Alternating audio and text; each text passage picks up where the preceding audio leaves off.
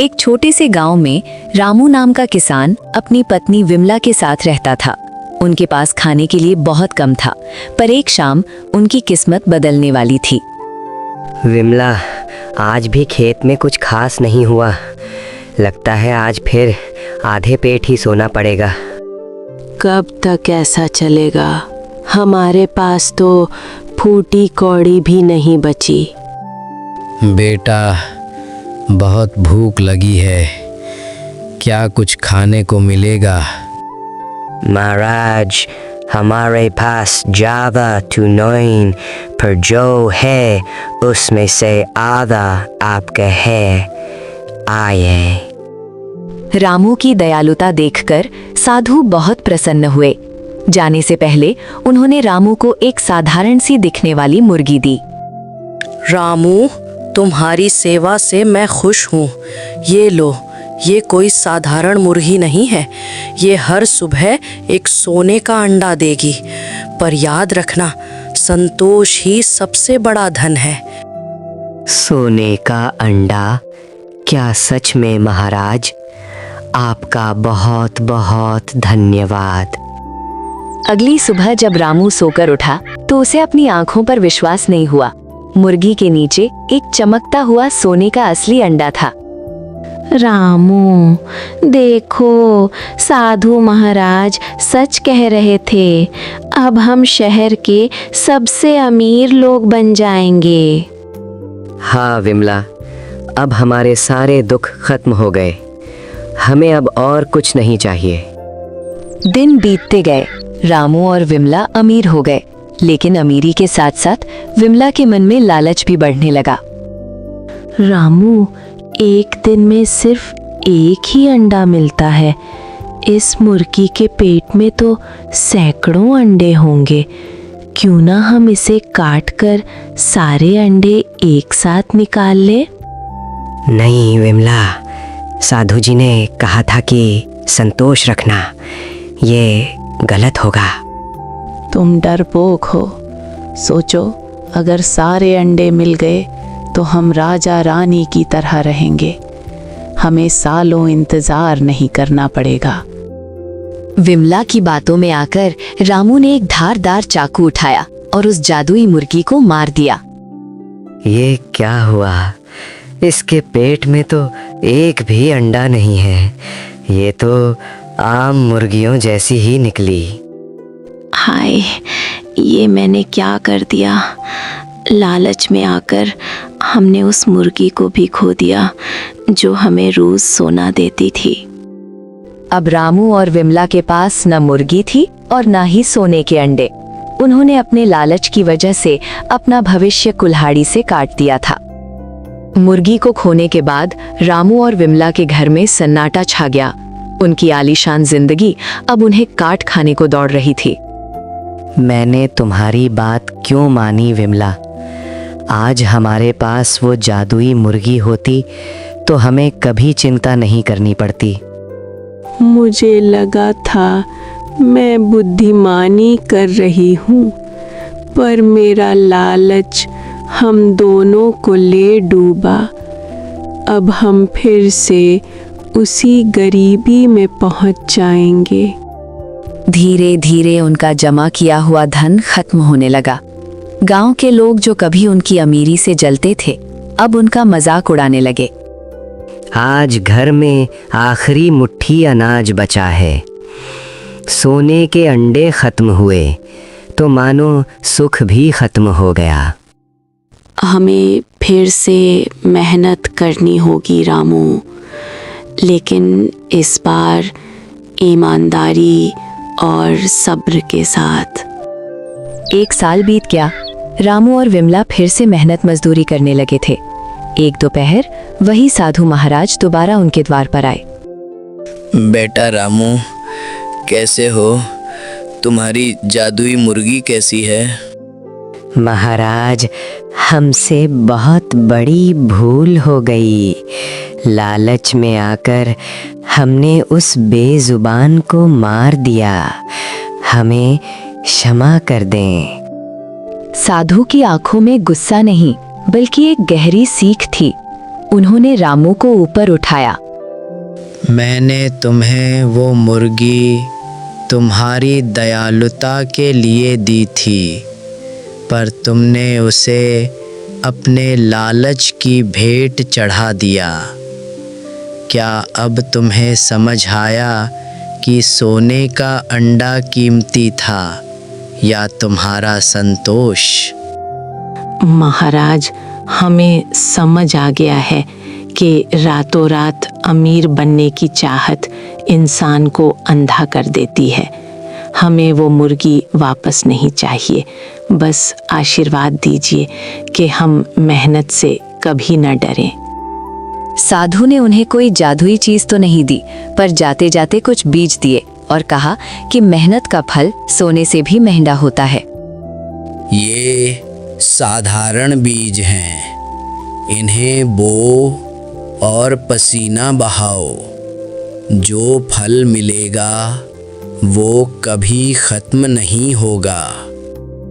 धन्यवाद महाराज। अब हम समझ गए हैं कि असली जादू हमारे हाथों की मेहनत में है, किसी जादुई मुर्गी में नहीं। रामू और विमला ने कड़ी मेहनत की और उनके खेत फिर से लहलहा उठे। अब वे अमीर तो नहीं थे, पर वे पहले से कहीं ज्यादा खुश और संतुष्ट थे। रामू और विमला ने साधु के दिए बीजों को खेत में बोया और दिन रात पसीना बहाया, लेकिन तभी पूरे गांव में भीषण सूखा पड़ गया। नदियां सूख गईं और फसलें मुरझाने लगीं। विमला, बारिश का एक कतरा भी नहीं गिरा। अगर ये फसल सूख गई तो हमारे पास खाने को कुछ नहीं बचेगा। घबराओ मत रामू, हमने मेहनत की है। इस बार हम हार नहीं मानेंगे, चाहे हमें दूर से पानी लाना पड़े। गांव के कुछ लोग जो जानते थे कि साधु ने रामू को कुछ बीज दिए हैं, रात के अंधेरे में रामू के पास आए। रामू, सुना है साधु ने तुम्हें जादुई बीज दिए हैं, हमें वो बीज दे दो, हम तुम्हें बहुत सारा पैसा देंगे। नहीं भाई, ये बीज जादुई नहीं, विश्वास के बीज हैं। ये बेचे नहीं जाते, इन्हें सींचा जाता है। तुम लोग भी मेहनत करो, लालच का रास्ता छोड़ दो। हमने एक बार जादुई मुर्गी खो दी है, अब हम अपनी मेहनत की फसल नहीं खोएंगे। रामू और विमला मीलों दूर से घड़ों में पानी भरकर लाते और अपनी फसल को सींचते। उनकी मेहनत रंग लाई और जब पूरे गांव के खेत बंजर थे, रामू का खेत हरा भरा हो गया। देखो विमला, ये फसल तो सामान्य से कहीं ज्यादा अच्छी है। हर अनाज का दाना सोने की तरह चमक रहा है। ये साधु का आशीर्वाद है। उन्होंने हमें मुर्गी नहीं बल्कि मेहनत का जादू सिखाया था। रामू और विमला के पास अब इतना अनाज था कि वे पूरे गांव का पेट भर सकते थे। उनके मन से अब अमीर बनने का लालच पूरी तरह खत्म हो चुका था। विमला, हम ये सारा अनाज अकेले नहीं रखेंगे। गांव के लोग भूखे मर रहे हैं। चलो सबको अनाज बांटते हैं। हाँ रामू, बांटने से खुशी बढ़ती है। सोने का अंडा हमें अकेला बना रहा था, पर ये अनाज हमें सबके करीब ला रहा है। जब रामू अनाज बांट रहा था, तभी भीड़ में वही साधु महाराज मुस्कुराते हुए खड़े दिखे।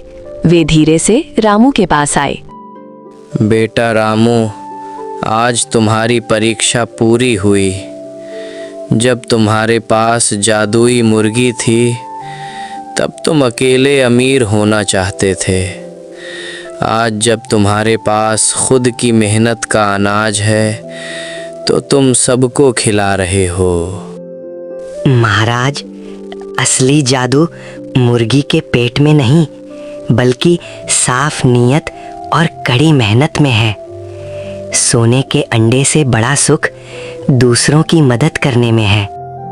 यशस्वी भवा, अब तुम कभी गरीब नहीं रहोगे, क्योंकि तुम्हारा मन अब बहुत अमीर हो गया है। साधु अदृश्य हो गए।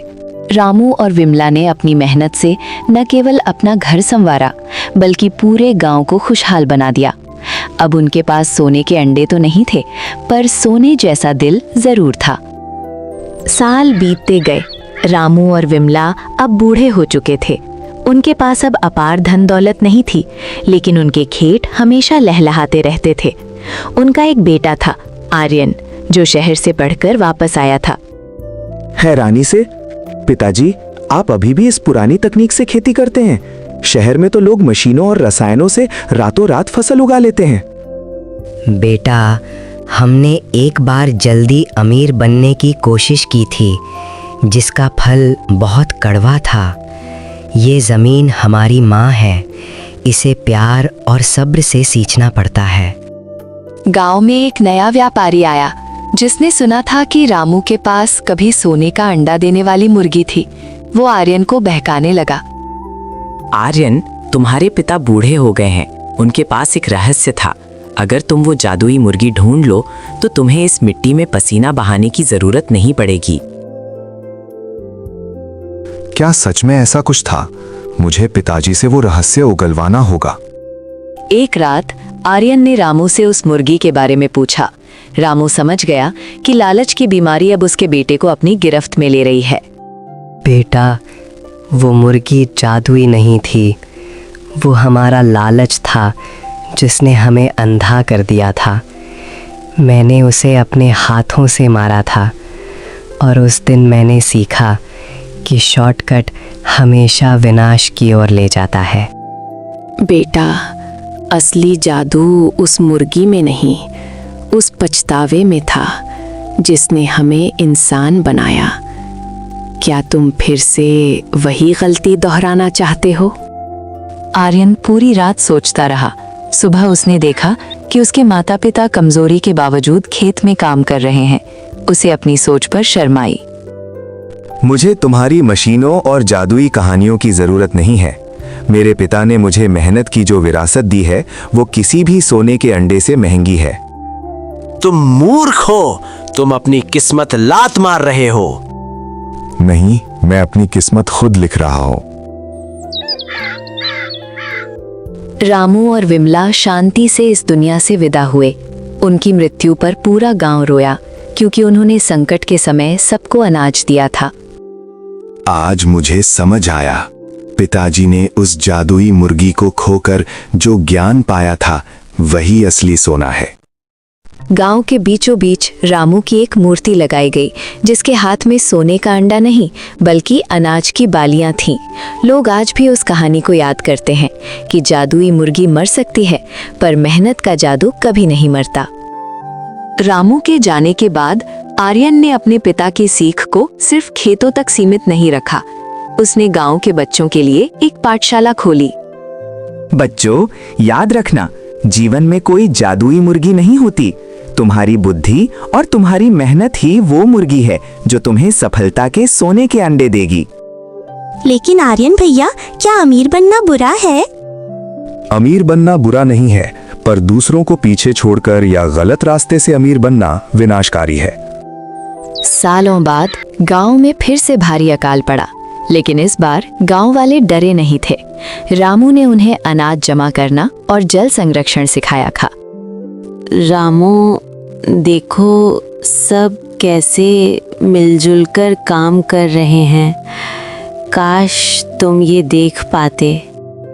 माँ की बातें आज भी कानों में गूंजती हैं। एकता ही असली जादू है। वही पुराना लालची व्यापारी जो अब कंगाल हो चुका था, फिर से गांव आया। इस बार वो मदद मांगने आया था। आर्यन, मैंने शॉर्टकट के चक्कर में अपना सब कुछ गवा दिया। मुझे लगा था कि मैं चालाकी से पूरी दुनिया जीत लूंगा। मुझे माफ कर दो।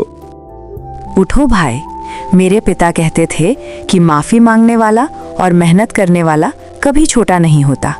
आओ, हमारे साथ खेत में काम करो और अपना सम्मान वापस पाओ। देखते ही देखते वो बंजर गांव एक आदर्श गांव बन गया। शहर से बड़े बड़े लोग ये देखने आने लगे कि बिना किसी चमत्कार के ये गांव इतना समृद्ध कैसे हुआ। क्या यहाँ कोई जादू हुआ है? हाँ, यहाँ एक जादुई मुर्गी रहती थी। हमने उसे मार दिया था, लेकिन उसके मरने के बाद हमें जो सबक मिला वही असली जादू है। कहानी यहाँ खत्म नहीं होती, बल्कि हर उस इंसान के मन में शुरू होती है जो मेहनत पर यकीन रखता है।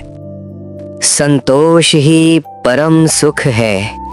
जो कल सोने के अंडे के पीछे भाग रहे थे, आज वे खुद सोना शुद्ध इंसान बन गए हैं। सूरज की ओर देखते हुए, धन्यवाद पिताजी।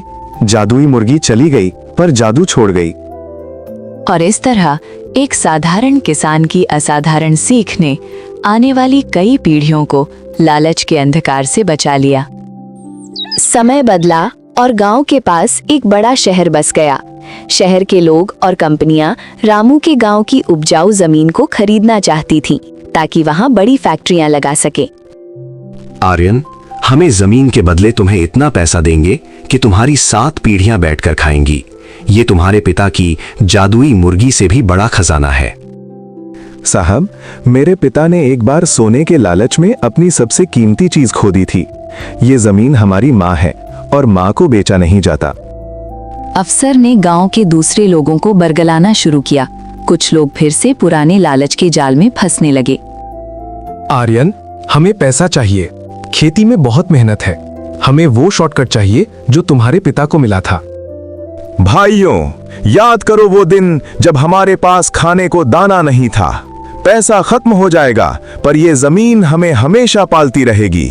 क्या तुम फिर से उसी मुर्गी को मारना चाहते हो?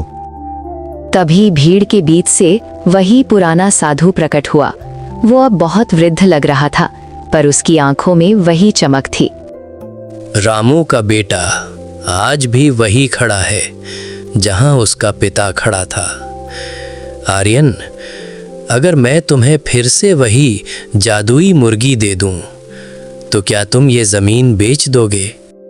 महाराज, उस मुर्गी ने हमें लालच दिया था, पर इस मिट्टी ने हमें जीवन दिया है। मुझे वो मुर्गी नहीं चाहिए, मुझे बस अपनी मेहनत का हक चाहिए। साधु अचानक एक दिव्य रोशनी में बदल गया। वो कोई साधारण साधु नहीं, बल्कि समय और कर्म का प्रतीक था। धन्य है ये भूमि। रामू ने अपनी गलती से सीखा और तुमने उसकी सीख को संस्कार बना लिया। अब ये गांव कभी भूखा नहीं सोएगा, क्योंकि यहाँ का जादू अब लोगों के दिलों में बस चुका है।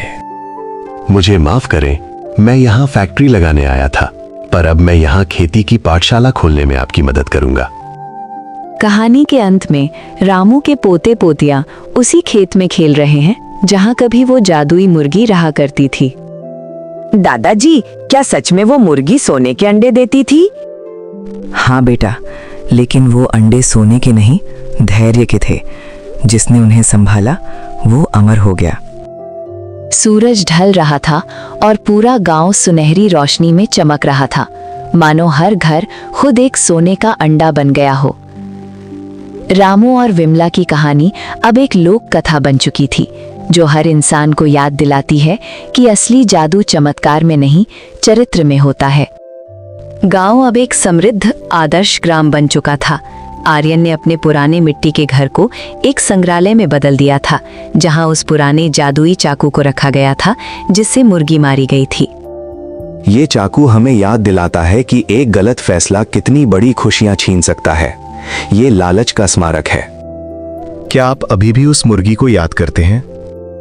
हर दिन वो हमें ये बताने के लिए मरी थी कि जीवन में शॉर्टकट जैसा कुछ नहीं होता। एक बार फिर आधुनिक युग की नई तकनीकें आईं। कुछ वैज्ञानिकों ने दावा किया कि वे प्रयोगशाला में सोने के अंडे देने वाली मशीन बना सकते हैं। आर्यन, हमें तुम्हारे पिता की उस मुर्गी के अवशेष चाहिए। हम उस जादुई डीएनए से हजारों मुर्गियां बना देंगे। पूरा देश अमीर हो जाएगा। साहब, विज्ञान से सुख मिल सकता है, पर संतोष नहीं। आपने मशीन तो बना ली, पर क्या आप इंसान का लालच रोक पाएंगे? आर्यन का बेटा अमन, जो अब जवान हो चुका था, वैज्ञानिकों की बातों में नहीं आया। उसने अपने दादा रामू की पुरानी कुल्हाड़ी उठाई, पेड़ काटने के लिए नहीं, बल्कि नई नहर खोदने के लिए। वैज्ञानिकों से मुझे सोने की मशीन नहीं चाहिए, मुझे वो मिट्टी चाहिए जिसमें पसीना मिलने पर अनाज सोना बन जाता है। मेरे दादाजी ने एक बार गलती की थी, हम बार बार नहीं करेंगे। मेरा पोता बिल्कुल अपने दादा जैसा बहादुर है। एक शांत शाम को जब सूरज की किरणें खेतों को सुनहरा बना रही थीं, वही साधु महाराज एक आखिरी बार प्रकट हुए। इस बार वे किसी भिखारी के वेश में नहीं, बल्कि एक तेज पुंज की तरह थे। आर्यन, अमन, आज इस मिट्टी की खुशबू ने स्वर्ग को भी महका दिया है। रामू का लालच आज त्याग में बदल गया है। महाराज, क्या अब आप खुश हैं? खुश हूँ कि तुमने उस जादुई मुर्गी की कहानी को सिर्फ एक कहानी नहीं, बल्कि एक जीवन जीने का तरीका बना दिया। अब इस गांव को मेरी ज़रूरत नहीं है। साधु के जाते ही आसमान से फूलों की वर्षा हुई। चमत्कार ये हुआ कि गांव की हर मुर्गी ने उस दिन एक अंडा दिया, सोने का नहीं बल्कि सादा अंडा। लेकिन उन अंडों से जो चूजे निकले, वे गांव के हर घर में समृद्धि और शांति लेकर आए। पिताजी, आपकी गलती ने हमें सुधार दिया। माँ, आपका पछतावा हमारी ताकत बन गया। दादाजी की जादुई मुर्गी आज भी जिंदा है, हमारे इरादों में, हमारी मेहनत में और हमारी मिट्टी में। और इस तरह जादुई मुर्गी की ये गाथा, जो लालच से शुरू हुई थी, निस्वार्थ सेवा और मेहनत पर खत्म हुई।